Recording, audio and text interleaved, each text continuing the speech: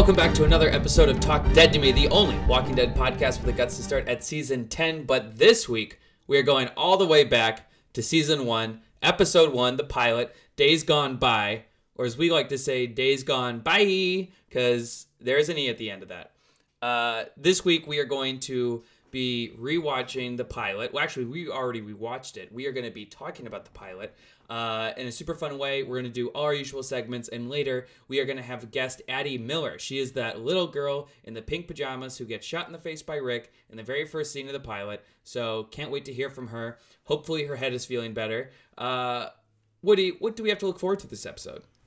Oh man, like you said, we're doing it's a classic episode, but we're doing our classic bits. We're gonna do winners and losers. We're gonna do DunkedOn. We're not gonna play Was There Any Dog because Dog was not in this episode. Spoiler alert. We're gonna do some Apoca tips. We're gonna teach you some things that we learned from the show that now apply to today's semi-apocalypse. And I think that's it. Did I miss anything? Nope, I think that's it. Alexandra, where can these fine people find us if they're listening to us on YouTube? I mean, if they're listening to us on YouTube, they can find us on YouTube. Oh, you mean in the audio space? Yes. Hi, everyone. You can find us on all major platforms, and we will still be following our traditional schedule of releasing new episodes on Sunday nights. But for the foreseeable future, we will be revisiting old episodes of The Walking Dead. So be sure to tune in and be nostalgic with us, pretty please. All right, let's start off with our favorite segment. You know it and love it. It's Winners and Losers. Some people are winning, some people are losing, but it's The Walking Dead, so we don't know if anybody turns yet. That's great. Woody, why don't you start us off with your winner? My winner is whoever was the last person out of the hospital that Rick wakes up in, because that person did a magnificent job. That place looks, I mean, there's papers everywhere, but like could look a lot bloodier. They locked up anybody who was infected in this one little room perfectly. Like nobody got out of that place. And then Rick just like walks out of there like completely undisturbed. And I guess whoever was the last person who turned out the lights got out of there perfectly fine. So good for that person. The real hero of The Walking Dead. Probably the person in the mask in season 10. I got so nervous watching Rick walk around that hospital in his bare feet and then proceeded to like walk around the apocalypse in his bare feet. I was just like, babe, there's broken glass everywhere. But then you mentioned this last person and it looks like they swept. Yeah, no, seriously, like the floors are immaculate. The only gripe, and I've brought this up before with the last person who locked up the hospital, is the way that they write signs, because I still read it as "Don't Dead Open Inside," which is complete nonsense. Creepy. And that's not helpful at all. Just write just write how books are written or read, you know? Yeah. Left to right, then the next line.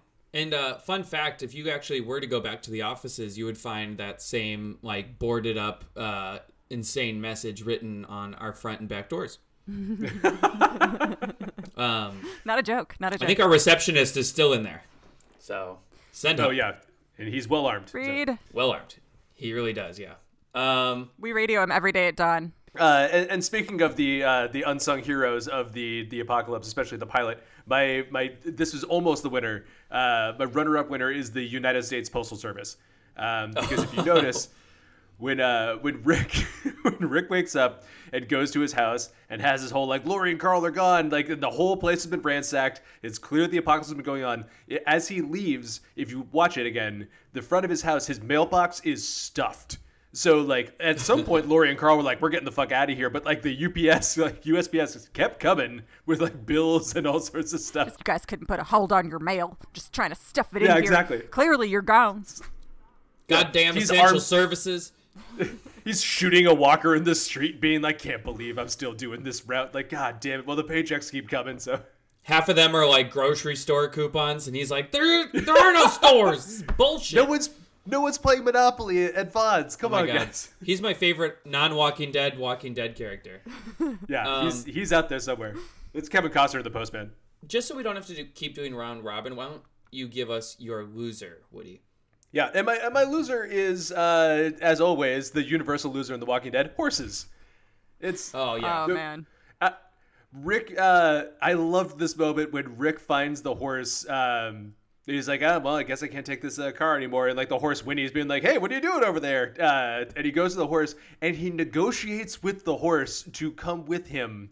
And one of the things that he uses, I couldn't believe this. He was like, there might be other horses. Like the horse be like, you know what? I could like friends. Or he'd be like, hey, you want to get some horse pussy? Come on, bud. Let's go to the big city. We're going to go to Atlanta. It's going to be great. And then like that horse gets fucking got. Like quickly and brutally. Like that was like that, it is the pilot. We are meant, the point is to horrify audience members. And this horse was just primed for that exact purpose. Yeah. The true final season of The Walking Dead is going to be all of the horses of the world rising up against the humans because like they are absolutely sick of this shit. I like that, watching the pilot, you're like, well, I'm sure a few seasons from now they'll figure out a better way to use horses. Nope. And you're like, oh, they'll stop killing horses. Nope. Season 10, episode 15, the most recent episode of the show, 10 years later, horses are still getting got. All right, Alexander, Insanity. Winners and losers, go. My winners were walkers because they became the planet's apex predator inside of 2 months, which I'm just like, coronavirus, sit the fuck down. The walkers have you. So yeah, they win. Hats off to you guys. It's downhill from here. I hate to break it to you. Yeah. Also, walkers have definitely gotten worse over time because the walkers in this episode, they're opening doorknobs, they're picking up teddy bears, they're like sprinting and then like climbing up tanks. Like shit was getting real. Yeah, that was kind of a fun thing to sort of just be like back, like be 10 years ago today, kind of look from that perspective. Just the fact that a lot of the walkers look pretty young. They don't look like they've been rotting for literal years, which is a clear sign of progress, but also a clear sign of like, this is a new pilot and we don't know how much money it had. And I have to wonder if there was just so much given to special effects budget at that point. But they also sound a little bit more human. Like when Rick is in that tank, there's at least one human male going, roar! Not, yeah. They play kind of fast and loose with the rules in the pilot. Like I forgot, like right off the bat in the pilot, like, Walker picks up a teddy bear. A child picks up a teddy bear off the ground. And we'll be talking to that child and that teddy bear later this episode.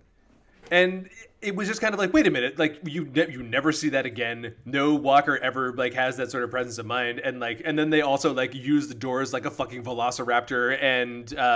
And Morgan's wife like goes to the house that they've only been squatting at for like a couple weeks and seems to recognize the place. Like, there's maybe it's just about like the freshness of the walkers or whatever, but like there's certain things in there where you're like, wait a minute, this is what are we playing with here? Maybe Walker society evolved just like human society does in the post-apocalypse. But I think that's like maybe the people who weren't like attuned to the whisperers, like when they started like talking, would have been like, well, you never know. Like there could like they may have some aptitude that they demonstrate in the pilot for like actual thought. Maybe they start evolving into talking ones. But like no, it's people wearing dead people's skin. Absolutely. Alexander, who's your loser this week? My loser this week is Rick Grimes, who just began his day as a normal sheriff. Tried to do well and protect the innocent from the guilty, gets shot doing his job, and then 2 months later wakes up to find that the world has literally ended. So it was a rough day for Rick. Yeah. I would say like best car chase ever. Like I love watching the car chases that go on in LA, which are so entertaining. I've seen 2 escapes, which is amazing. And these 3 criminals were not so lucky.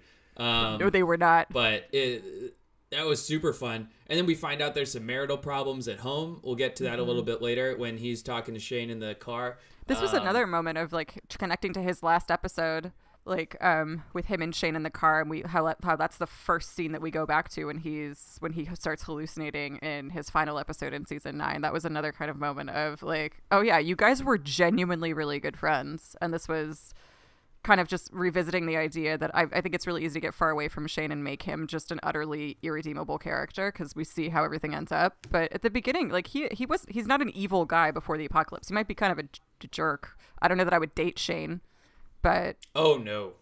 Well, you probably would. But he wouldn't be the last guy you date. Like he's like I used to date this asshole. I kind of had a thing for them for a while, and there was this guy Shane who would just punch the wall. He was obsessed with turning off lights. He like lived in darkness. It was very strange. Kind of a perpetual bachelor dude. I couldn't tell you before like today when I rewatched the episode like what their conversation was about, but it was about Shane just wanting his girlfriend to turn off the goddamn lights, and then he mentions global warming. This girl's like, I just got into the bathroom 30 seconds ago. Can I put my makeup on? Yeah. He's just standing there turning the lights He's off. like, you're not turning them off. She's like, stop painting skulls on your shirts. Yeah. Stop talking to your dead wife. Yeah.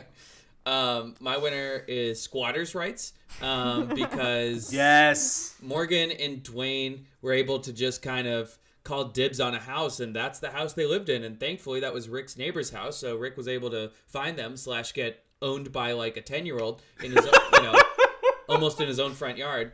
It's nice to remember. So like as you're like, this pandemic keeps going on, and maybe you go on a few walks with the mask on, and you're kind of like giving a gander at your neighborhood. Just keep that in mind. Which house do I kind of want for when this thing gets even worse, and then I can just do squatters' rights. So. Oh, I've actively, when my wife and I do like sanity walks around the neighborhood, we have absolutely spotted the one that we're like, when the shit goes down, we fucking get these people and we eat we them, kill these people and we live in their house. Like, yeah, we purge the shit out of these. Like, I have thought the same thing, but with boats. Yeah. Oh, I like that. My loser is Rick's marriage. It did not take an apocalypse for this thing to completely crumble. Yeah, that marriage was on the rocks, like, from the get. Hardcore, like, that is an ugly thing that he Absolutely. tells us that Lori said to him. And it clearly... Eesh. Yeah, he's like, what is with women? First of all, wow. And second of all, he's like, but I think guys can relate to this kind of conversation. It's like, we're exaggerating a little bit, but, he's like, yeah, but then she was like saying all this stuff in front of Carl. Like, I would never do that in front of him. And, like, you got to go to school thinking about that. So you kind of, like, get a good taste of Rick's morals at that point. But you definitely also get a snapshot into his marriage, which isn't going well. And then cut to, 6 days later at the camp at the very end of the episode where Lori, already forgotten about Rick, left him for dead, hooking up with his best friend. Jesus Christ, Lori. The optics are not awesome for Lori in this episode. I mean, like, how else would you assume? Like, I don't have any like problem with the whole like I thought you were dead Pearl Harbor type deal. The movie, not the actual event. But spoiler alert for Pearl Harbor, by the way, I guess. But Ben Affleck comes back.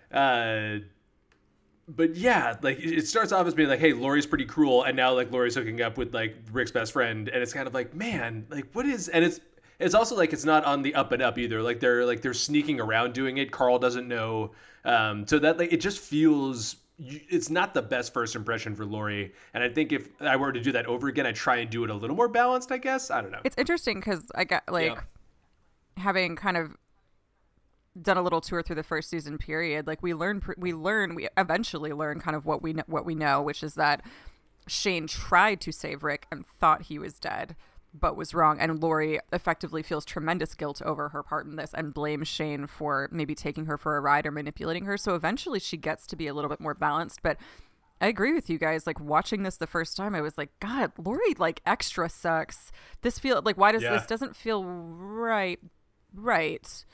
But at the same, it's also kind of balanced out by the fact that Rick is not really a typical archetype of an uber masculine guy either. Like he showed like the naked fear he shows when he's running around is like part of what entertains me about this pilot is that he's not a cock of the walk cop in this capacity, which makes him more endearing.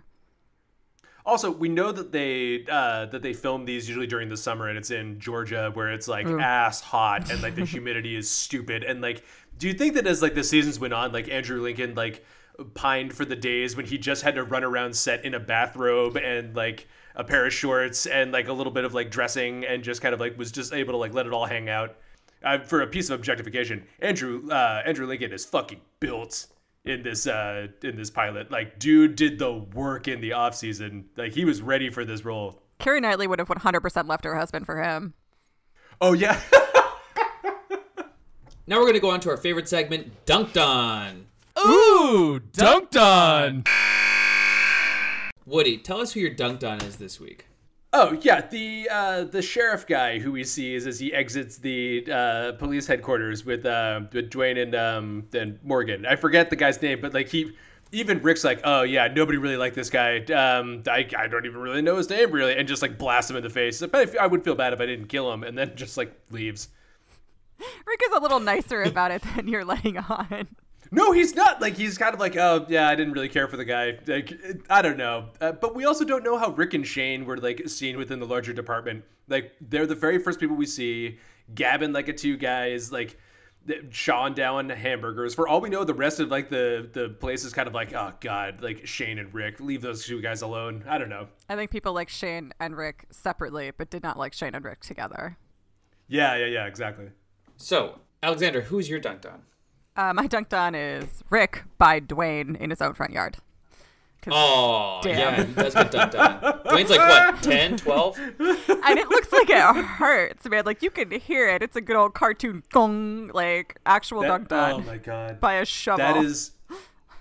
That's never not funny. I'm sorry. That is like dodgeball type, like when he gets hit with the wrench. Every single time, it's great. Yeah. Good old physical comedy. All right. My dunked on this week is the hamburger bag that Shane literally dunks into a garbage bin right when they get the call that there's like some criminals on the loose or whatever it is. That is fantastic. The second I saw that, I was like, oh, we have to do dunked on this week because he now I'm wondering what John Bernthal's basketball skills are in real life, honestly. He banishes that bag to, like, the depths of hell. He tosses really that thing down. I think this is a wild theory that when they were like, hey, who should we get to play the Punisher? They just played that clip and they were like, that guy, but with crime. And they were like, oh, yes. I'm imagining this, like, John Bernthal walked into a casting office with his rep, a stool, and like a laptop. He sits down on the stool, the rep just opens a laptop, plays the sequence, and then they both just stare at the casting director. And that was it. Yeah, that was the entire Stacy, could you bring in the wheelbarrow of cash, please? You also know that Shane is like the best one at playing paper toss can or whatever it's called, where you like yell Kobe, rip. Yeah. And John Bernthal's 100% the best at it. I would love to see, everybody talks about online, like the Walking Dead blooper reel, like the legendary ones that exist only for rap parties and that sort of thing. But like, I want to see the 4 different takes where he bricks that or like rim shots it and it just sprays food everywhere. Like or maybe he just got it in one and they just peel off and you hear the crew afterwards be like, he fucking did it. Oh my God. And then there's a table of just uneaten fast food somewhere that the PAs just swarm. Yeah, exactly. So, obviously, we're in uncertain times. We don't want to make too much light of it, but sometimes when shit goes down in the world and everyone's experiencing the same thing, it's nice to just be prepared. I learned that in the Boy Scouts. So that brings us to our new segment called Apocalypse Now. Shout out to Alexander for coming up with that name. It is fantastic. Basically, we're just going to kind of give you guys some tips that we learned from this episode or each episode that we watch about what we could use and apply in our real life if this shit gets any worse. So I will start my Apoca tip.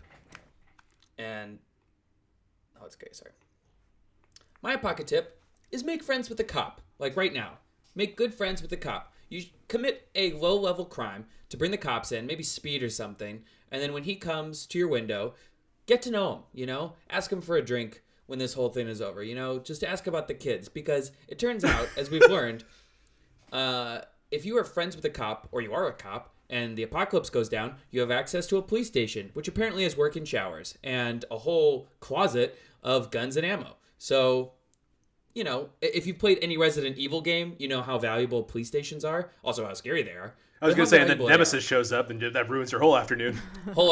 But, anyway, that would be my Apoca tip. Make friends with cops. I also enjoy that your Apoca tip has the caveat of, like, commit a light minor crime. Yep. Well, how else are you going to meet a cop? Go to a cop bar, my friend. My goodness. Yeah, there's other ways to meet police besides, or become a vigilante crime fighter and eventually show them that the system is broken and work your way up through their trust by exposing the corruption within the department and also the system of justice. So eventually put a signal at the top of the police station so you can make some sort of partnership, workplace relationship with the commissioner. Or if you spot a cop, maybe just find the nearest thing of trash or something that looks like trash and do some mild littering, and he'll have to give you a citation. And then you're like, hey, do you like the Rams? Are you a Rams guy? And then boom, you got a friend. So your way is actually way better. Yeah, that's the way to go. Thanks. Alexander, what's your pocket tip? My pocket tip is to remember when you are surrounded by walkers attracted by sound that guns are loud. Yes.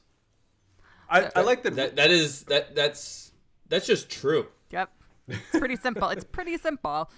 You can't really argue with that one. No. I mean, guns absolutely handy, very helpful in this particular apocalypse. I don't know how it's going to shake out in ours. I hope it doesn't get to that point. But something to remember, again, they will attract attention, dead or alive. So just to keep that in mind, I would highly invest, if you're going to find firearms, also find a crossbow or a bladed weapon that you can get good at in the off hours. Yeah, just find a crossbow. They're all around. It's easy. It's like weeds in Animal Crossing. They're just everywhere.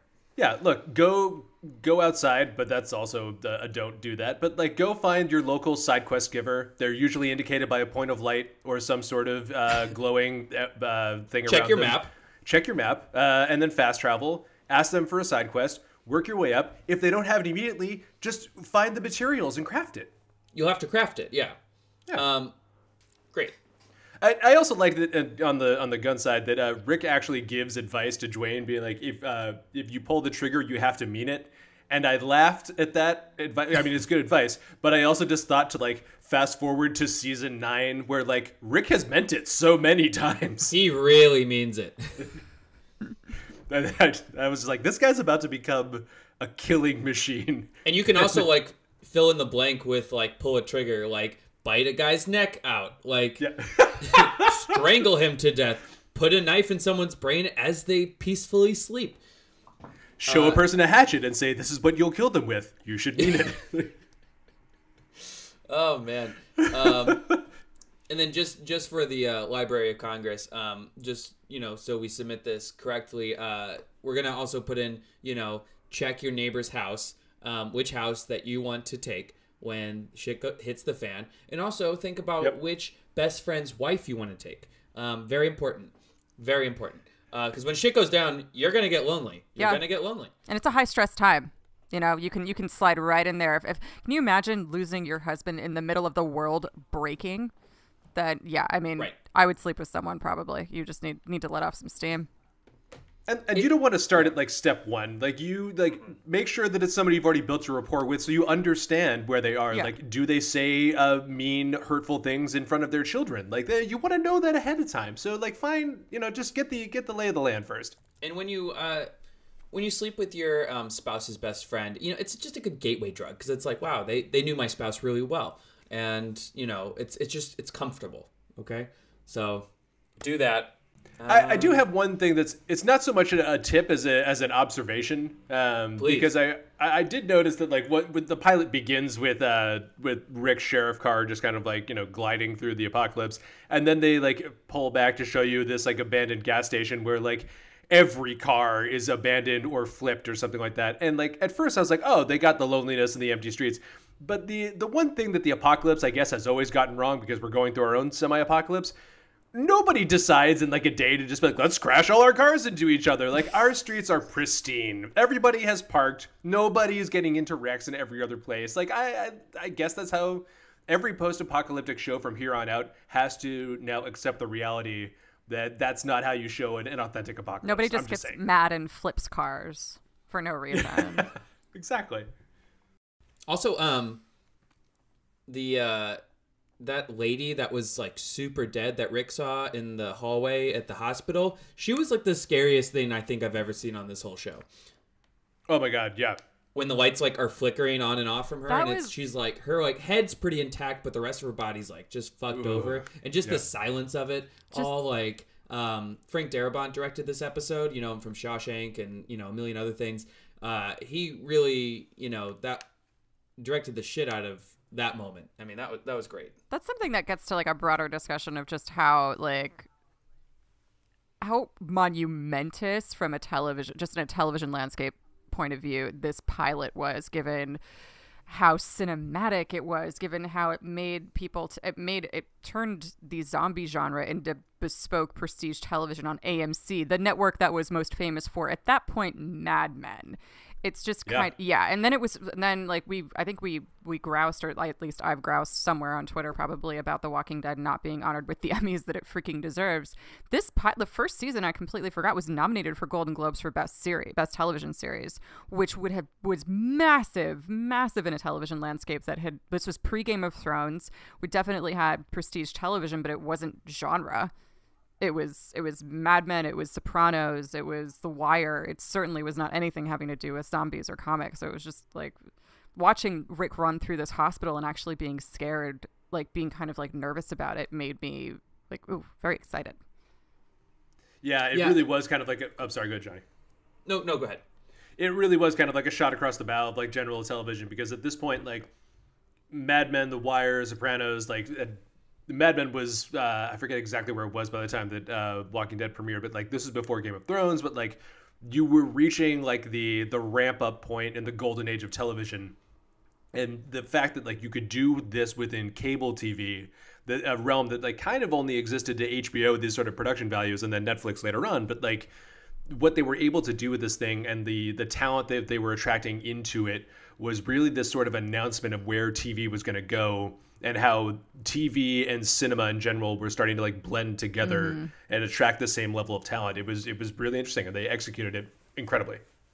100%. And speaking of 100%, I looked at the reviews on Rotten Tomatoes for this episode, and the critics have given it 100% on Rotten Tomatoes. They all seem to love it. AV Club says they have a feeling that AMC is on to another winner. So they were right. I know. What an understatement of the decade, my goodness. I know, it always sounds weird in retrospect. In the New York Magazine / Now Vulture, they said it's a show with brains, and then also brains, which is just the quality content you can get from them. So well done, Vulture. Never change. Never change. But also, too, like the world building in this pilot is just, and this first season in general is so just light, tight, and incremental. The way they start from just Rick's perspective, it's just Rick, it's just this guy, and then throughout the pilot, you realize what has happened, kind of inch by inch by inch, and it's so many pilots get dunked on essentially for just being like, this is what's going to happen, this is what's going to happen, and here's this character, and here's this person you have to meet, and this wasn't at all. Right. It was. I mean, they give Lenny James the job of basically explaining the rules to Rick. So like they start from like an actor of incredibly high caliber being like, okay, now feed the exposition. But like, and you can't get away with that in a pilot, especially in a genre pilot. But I think they handled it very well. 100%. All right. Let's go on to voicemails. This week we asked just a simple question. What was your favorite moment from the Walking Dead pilot? Like what moment stuck out to you more? And we got some answers. So we're going to hear those right now. Hi, my name is Betty McClure. I'm from Lancaster, Pennsylvania, and my favorite moment was when Rick found the half of a woman in the park. Bye. Love the show. Yes, Bicycle Girl. How could we forget about Bicycle Girl? Aww. She's in our office. Bicycle Greets Girl us every time we walk the door. Yeah. That is shit. You're weird right. To run into at night. Yeah. She is fantastic. That was also like one of those, like, you know, we're so used to it now, but like rewatching that, I was trying to watch it with like new eyes, and it is kind of like a holy shit moment, because there's like, you know, sort of like rotted people, and some of the people, you know, aren't as bad as we think, but then this woman, I don't know what her deal was. She got ahead of the pandemic before anyone else, because she is super rotted, and also there's half of her. Wasn't there, I think there was a web series or something that was kind of the prequel that explained how she got there. Oh, I think there was. And I think she actually was on the 100th episode or so. I forget what, not 100th episode, but there was maybe that one. I forget. Recent anniversary, either in season 8 or 9. They brought that actress back. That was actually our guest, Addie Miller, who came back for shoot, you're right. Yes, she came back in season 8, I believe. I'll have to check that. And she had the same robe and the slippers and everything. So all those eagle-eyed viewers were pretty delighted to see her. All right. Wait, so like, does that mean that she had like a twin who was dressed in the exact same way? Because like she got fucking killed. She got nailed. I don't know. Anyways, she was picking up. She picked up her own teddy bear. So I feel like this was an advanced zombie. Maybe he just shot her in the temporal lobe. Didn't get that cortex shot that he needed. Yeah, she's the big bad of the entire season or the series.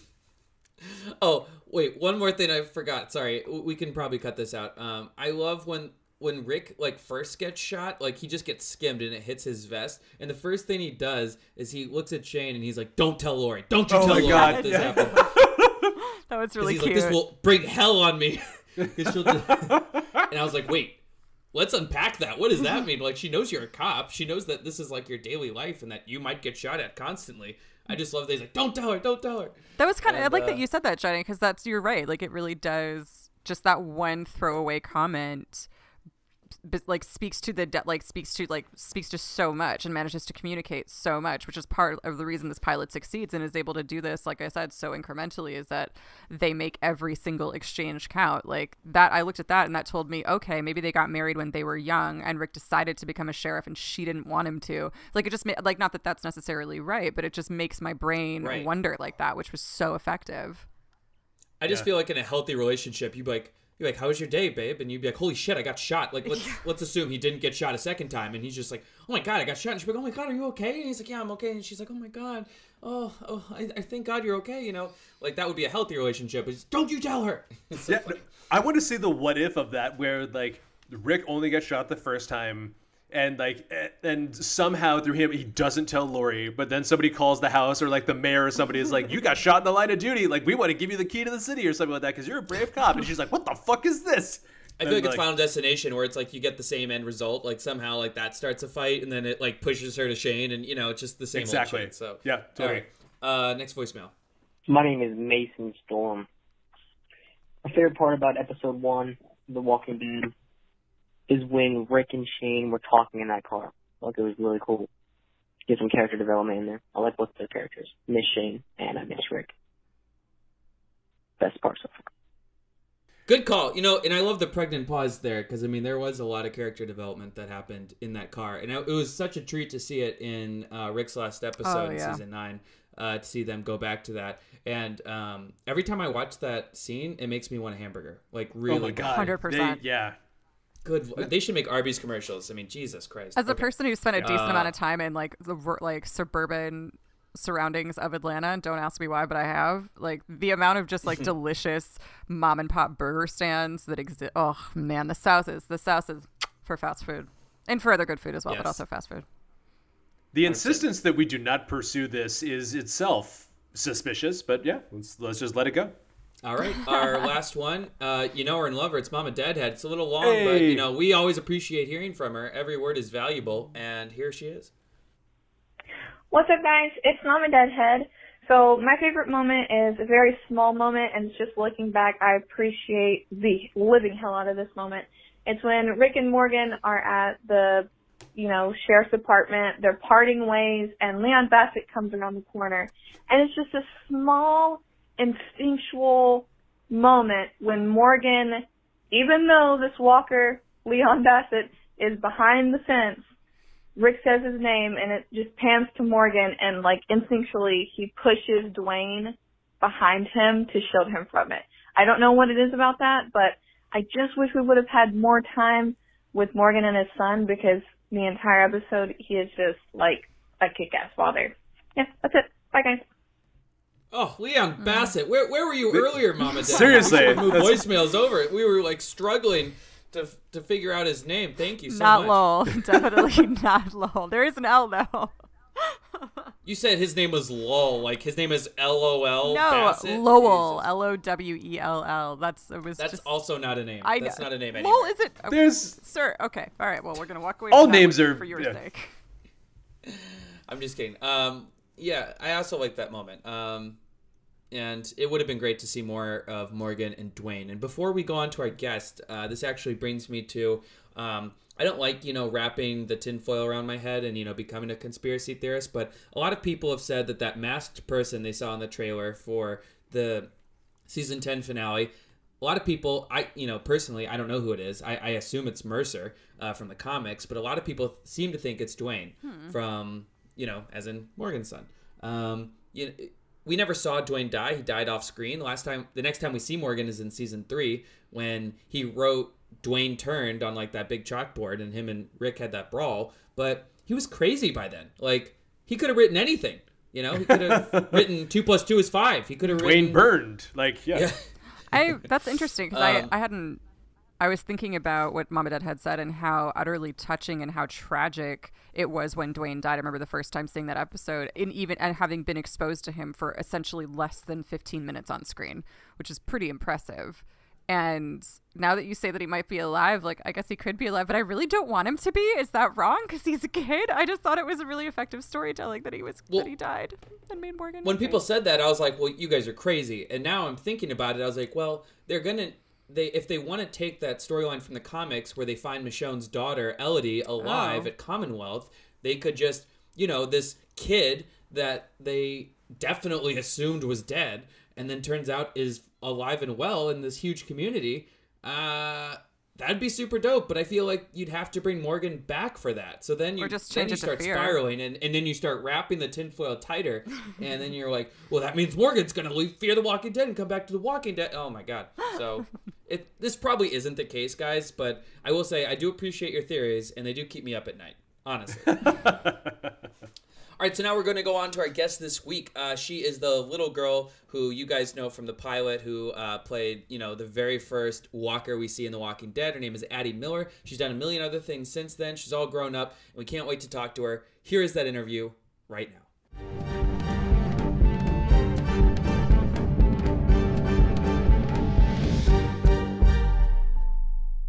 Our guest this week is an actress and model who you'll all remember as the little girl Rick shot in The Walking Dead pilot. Since then, she's continued acting in films, studied public relations at NC State, and will soon be in a new horror movie called Behind You. Addie Miller, welcome to Talk Dead to Me. How's it going? Oh my gosh, thanks for having me. I'm doing great. I hope you're doing well too. Yes, despite all the circumstances. Oh my gosh, I know. How have you been holding up in quarantine right now? What's your life like? Honestly, it's been really nice. Like you said in the intro, I'm in college, so it's really nice to be home with my family again and with my dog. But I definitely miss seeing my friends and the whole college experience. But it's been really nice. Oh, I feel bad for high school seniors who have to miss out on like prom and, spring break and things like that. How have you been connecting with your friends through this? A lot of FaceTime. I've been pretty annoying to my friends. Actually, I've been texting them a lot. And there's this thing called Netflix Party. It's like a Chrome extension, and you get to watch, I guess, the same show together. And it has a little chat box to the side. So you get to chat with them during watching the show. So I think that's really cool. But yeah, a lot of FaceTime. Yeah, it's been really hard. I can't imagine what the seniors are going through. I know. So you have a movie that actually just came out on Friday called Behind You. Tell us a little bit about that. Yeah. So it's a horror movie that is, I guess, based off the myth of Bloody Mary. So it plays a lot with mirrors, which I really like because it allowed for us to be really creative with the project. Mm-hmm. But it's also my first leading lady role in a feature film. So I'm really excited to finally have it out. I play a character named Olivia, who's a very protective older sister. Oh, wow. Vague. I like it. How protective? We'll find out. Where can people actually watch that? So it'll be online, obviously. Hopefully, if this quarantine lifts up, at some point we will be able to put it in the theaters. But until then, I know for sure it'll be on iTunes and VOD. Nice. I'm definitely going to get that. I'm running out of stuff to watch, so that sounds amazing. So let's go back to Walking Dead. This week, obviously, for our podcast, we rewatched the pilot, and it still holds up. It's still insane. Tell us about how you got the role on The Walking Dead for that first episode. Yeah, so it was really random, actually. I guess I was just living life, and my mom got an email from a casting agent from the show, and they asked me to send in a little audition clip, which just consisted of me staring at the camera and walking towards it, which you'd think it's an easy audition, but it's really hard to just stare with a straight face at your mom right behind the camera. I can probably do it with anybody except my mom. But before I knew it, just from that little tape, I was on set getting head molds done, getting, I guess, teeth molds, getting my eyes measured, just getting ready for the whole makeup process for the show. Yeah. I think you've called it once sort of like a role of a lifetime. Even though it was brief, it still led to probably other opportunities and also the conventions that you get to go to. Yeah, it's so crazy. Like, I mostly auditioned for the role just because I never experienced TV, like filming TV before. And it definitely wasn't what we expected. Like, I had no idea it was going to be the opening scene. I just showed up, did my part, left, and then boom, we sat down and watched the show, and boom, it was it was the first scene. And it's just incredible. I had no idea that this like little 2-minute, 3-minute scene was gonna basically shape the rest of my life. I'm so thankful for it because I do get to go and travel to conventions and meet fans, which I never, ever thought I would ever get to do. So I'm just really thankful for that little 2-minute, 3-minute scene.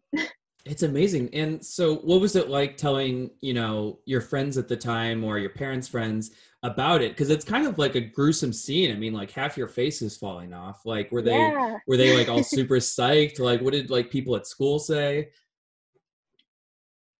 So I was 10 at the time. So my friends weren't even allowed to watch it. And the funny thing was I went to like a private school. So a lot of the parents around there were really strict. So a lot of my friends never got to see it. But because I went to that school, they had known me for a while. So they didn't see me as the zombie after it came out. But my family was so stoked about it. They thought it was the coolest thing. Greg Nicotero and his crew did such a great job with the makeup, and we were just so psyched about that. It was so cool to see. So my family was really supportive and excited about it, but I had to keep it a secret, of course, until it came out. So it was kind of a surprise to people who knew me, just because I couldn't tell them it was coming. But that's pretty nuts. Surprise, I'm a zombie. What was it like working with Andrew Lincoln? He's so sweet. So fun fact about Andy is he stays in character all day throughout filming. I had no idea he was British this entire time. And then we wrapped and I came back onto set after getting the makeup taken off just to see him do his final scene of the day. And after he wrapped that, he came up and he's like, "It was really great to meet you." I'm like, oh my gosh. He's British. But he was so sweet. He checked up on me throughout the day, and I thought it was really funny because he was having a really tough time pretending to shoot a child, because that was also the first day we had walkers on set, and he was like, "Oh yeah, I'm gonna go kill some walkers." He shows up on set and it's a little 10-year-old girl. But yeah, he was amazing to work with. As someone, since you're from North Carolina, how do you rate his Southern accent? I'd say it's pretty good. I mean, I had no idea the whole day that he was British, so I guess that's pretty good then. I thought it was accurate, yeah. Wow.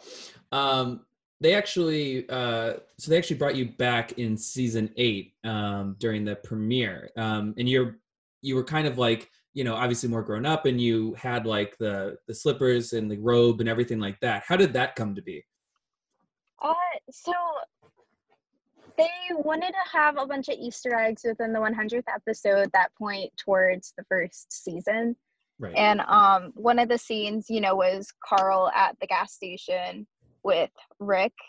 Mm-hmm. And I actually didn't know I was going to film that. My mom wouldn't tell me, and it was a surprise for me too. But we told all of my family and friends that I was going to New York for an audition because it was so last minute. Like, we got the call and had to be on set the next day for it. So I literally packed up after school, because I was 17 at the time, so I was still in high school. So I literally packed up after school and took off to Atlanta to go shoot it. And it was just a really fast process. Like, I didn't know where I was going, but I didn't have time to prepare either. But it was a really pleasant surprise. I'm really it was Greg Nicotera's idea to bring me back for that. So I'm Oh. really glad they brought me back to be myself again. It was Yeah. really cool. Did you get to interact with any of the cast then, or was it sort of like a Yeah. solo? Yeah. So I've been friends with Chandler and his mom since, who plays Carl. I'm pretty sure everyone who listens to this knows he plays Carl. But yeah, I've been friends with them since the first season, and because we grew up going to conventions together. So it was really cool to see him and his mom, and we took some pictures. And so yeah, I had to hide from Andy. Fun fact, because he is known to give out spoilers. So the whole day I had Oh my to gosh. hide from him. So after he wrapped is when I finally got to go on set and film the scene, just because I had to wait on him because he, I guess, can't stay quiet. So I guess that's why we don't see that many interviews or panels with Andy. That's incredible. Wow. So going to all these conventions, what's it like interacting with the current cast or, you know, any of the future cast that had been there, like maybe for season 3 or 4? Like I saw there was a picture on your Instagram with you and Cassidy McClincy, who plays Lydia. Yes. So what's that like?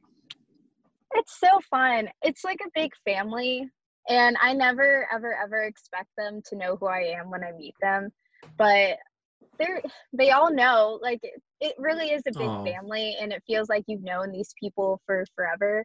So like meeting Cassidy for the first time didn't feel like I was meeting her for the first time, because she's a very energetic person, and she treats you like your best, like you're her best friend when you meet her. And it was just really cool. I'm so glad that they're all so open and so kind to meeting people, because I just don't really expect it from people in the industry. But Walking Dead's done a really great job of hiring such nice, kind, genuine people, and it really does feel like a big family. I'm just so happy to be part of all of it. Oh, that's nice. Yeah, I second what you say about Cassidy. I was at the season 10 premiere party. I got to go, and she treated the like guy handing out hors d'oeuvres the same way she treated Jeffrey Dean Morgan, with like a giant open hug and like this burst of energy, like hi. And I was like, wow, this is she's like a good mood booster. Sweet. Yeah. She's so sweet. Do you still keep up with the show at all? It's okay if you don't. I try to. I'm in college, so it's really hard because Sunday nights are school nights, and normally that's my cramming night. But I really try to. But right now, since I'm in quarantine, I really want to catch up with everything, especially since the finale is being postponed. So I have time to catch up now and be able to watch the finale whenever it's being shown to everybody else. Yeah. But Addie, I gotta do tell try you, it and is tune in. Go ahead. Oh, sorry. I was about to say I try to tune in for, like, I guess my friends like big episodes. Like I try and tune in to watch like Cassidy's bigger episodes, or Angel Theory's, like her bigger episodes, because I like to support them. They're so amazing. Yeah. Cassidy just had a big, semi-big episode this past week, episode 15. It's great. So excited for you to catch up. So I think it's awesome that you're in college. Some people would be like, why not just like act and stuff? But I think it's great that you're getting a degree. What made you choose your major? Okay, so I really know I wanted to go to college, because if acting never worked out, then I want something to just fall back on. And I'm really into the entertainment industry and what all happens behind the scenes. And so I chose public relations because I feel like I can still work in the entertainment industry and not necessarily be in front of the camera, but get to coordinate all the small little details that go on to get a certain celebrity in front of that camera. I really love writing, so I love the idea of sending in news article pitches to different magazines or newspapers. I really like it, and I love social media a lot. I feel like it's only going to grow and get bigger, so I just wanted a career that can utilize that and also still be somewhat in the entertainment industry aspect thing. But I'm really glad I chose to go to college. I really love it, and I've always valued my education over everything else. And I'm also just a big nerd, and I just love going to school. speaking of social media, I just want to say, I do the social media for Walking Dead, and I think your Instagram game is on point. I tried to do, like, continue like one aesthetic like a few times, but all the images are so like brutal and everything, and it can be like there's videos and this. It's really hard, but yours is like one filter. I don't know how you do it, but props. Thanks. Yeah. It really helps when you take classes. Oh yeah. But thanks. I really try. It's my pride and joy. You do really well. I love my feet. So going to college, when you're like meeting friends and stuff or meeting people, do they know off the bat that like, you know, who you are, or do you have to like eventually like break it to them? Like, so I've been in this and that, like, how does that work? Do they treat you any differently? Yeah. I've made friends who still have no idea what I do. And I really That's cool. love that aspect of just because I know that all my friends are genuine, and I didn't really have high just because everybody knew. So I guess I really have to break it to them if they want to follow me on any social medias. But other than that, all the friends I made are really genuine and real. I do actually have to break it to them, but they don't use it to like define me. And it's really nice. But it's definitely interesting when I do have to be like, yeah, when I was 10 years ago, when I was like a little girl, I died on TV. All of America watched it. But they all think it's really cool, and they're really supportive over the whole industry. But, you know, they're my real friends, and they're really supportive and not judgmental. And it's just, That's incredible. I'm getting all mushy and emotional over here. Yeah. So you've been on The Walking Dead. You've been in a bunch of films. You're going to college, doing a lot of things. But I'm wondering, like 2 years ago, you met your role model, Taylor Swift. And I'm wondering, like, is this like a top 5 moment in your life? Top 3, top 1? Like, where does it rank? Oh my God. I think that was the happiest I have ever been. It was just so nice. She knew who I was, which is crazy. And she's like, I went through your Twitter. You're so funny. And I'm like, oh my God, Taylor Swift told me I'm funny. And so I have a boyfriend, and he always, whenever I try and make a joke, he always tries to tell me I'm not funny. And I'm like, well, Taylor Swift thinks I am. Well, Taylor Swift thinks I'm hilarious. Yeah. So yeah, definitely like a top 5, probably top 3 moment in my life, just because it was just so surreal. And I looked up to her my entire life. I grew up a Taylor Swift fan and really used her music to help guide me through the entertainment industry. I'm like, what would Taylor Swift do when it came down to a certain situation? So it was just really cool to get to meet and talk with her. And it was also really cool because Millie Bobby Brown was also back there. So I got to see her. And I'm like, it was just a big moment for me. Like there was a lot going on. Oh my God. And that's crazy. Yeah, but now I understand how fans feel at conventions, just because I didn't know what to say or do with myself. And now I can sympathize with them even more. You're like, oh, I get it. Yeah, that's awesome. So in this quarantine, obviously you're a big horror fan. Are there any horror movies or TV shows that you would recommend to people before we wrap up, just so they have something to watch? Ooh. Or it can just be a regular show or movie. Oh, regular too? Oh, that's hard. I know. So in the terms of films, I really love the whole Conjuring series a lot, just because paranormal stuff really freaks me out. There's nothing you can do about it. Like for slasher films, the problem would be fixed if you just called the cops. But you can't call the cops on like a demon. What are they gonna do? Right. So, and they won't believe you. And then there's that chance they'll think you're a psycho and send you to a psych ward, and there's just nothing you can do about a ghost. So those like genuinely freak me out. And of course I gotta throw out my film out there, like go watch Behind You. It's scary. Perfect segue. Also, that was great. Yeah. And guys, everyone go watch it. Oh no, what do I watch on TV? The thing is, like, I have to watch scary stuff with people because I get so freaked out. And it's really funny because mostly do horror film and TV and stuff like that. So I think it's really funny that I'm scared of it if I'm by myself. So I have to watch it with people. Yeah. I love AHS. I love how every Yes. season's different Mhm. and how they recycle cast members to play completely different roles. I really love that aspect. I like Stranger Things. That's a good show. It's a great show. Yeah. The latest Walking Dead, obviously. Yeah, Walking Dead, of course, Avi. The latest episode or the latest season of American Horror Story, where they were at that camp, like in the 80s, that is like my ride to work. Like there's like this part of like Coldwater Canyon that like goes to Beverly Hills where my work is. And so I would pass by the set every day for like 5 That's months. crazy. I know, because at first I was like, ooh, what are they doing? Because they always like film there for stuff. And then like I saw all these like director chairs with like AHS on it. And I was like, and then I was like, oh, maybe it's just like one so scene. No, cool. it was like 5 months. Yeah. I didn't see any actors, unfortunately, but I was like, this is dope. I know, but I would see like certain sets, like when they had like a concert or something, because my girlfriend and I watched it together, and I was like, bet they're going to have a concert in a few episodes. And boom, there it was. It was cool.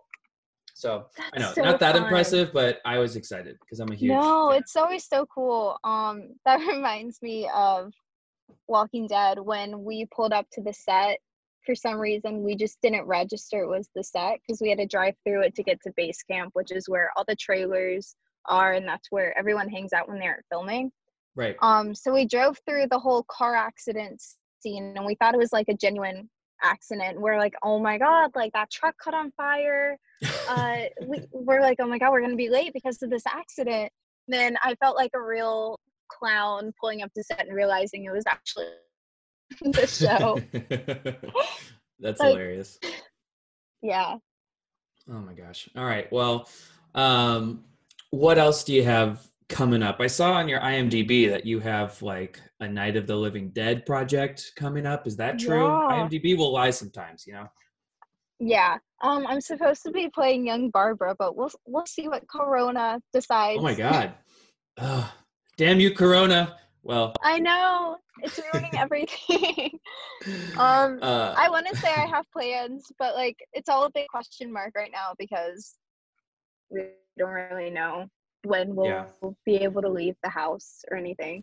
So we got to be like Carl and stay in the house. Stay in the house and watch behind you. Yes. That's all you got to do. All right, Addie, thank you so much. Tell the people where to follow you on social media. Thanks. Yeah, my Twitter and Instagram are both the Addie Miller, and then on Facebook, if you want to follow me there, it's just Addie Miller. It's verified, so it should be easy to find me. Ooh, that verified status. Love it. That's awesome. All right, Addie, thanks so much for talking to me. Stay safe out there. Wash your hands, and we'll see you on social media.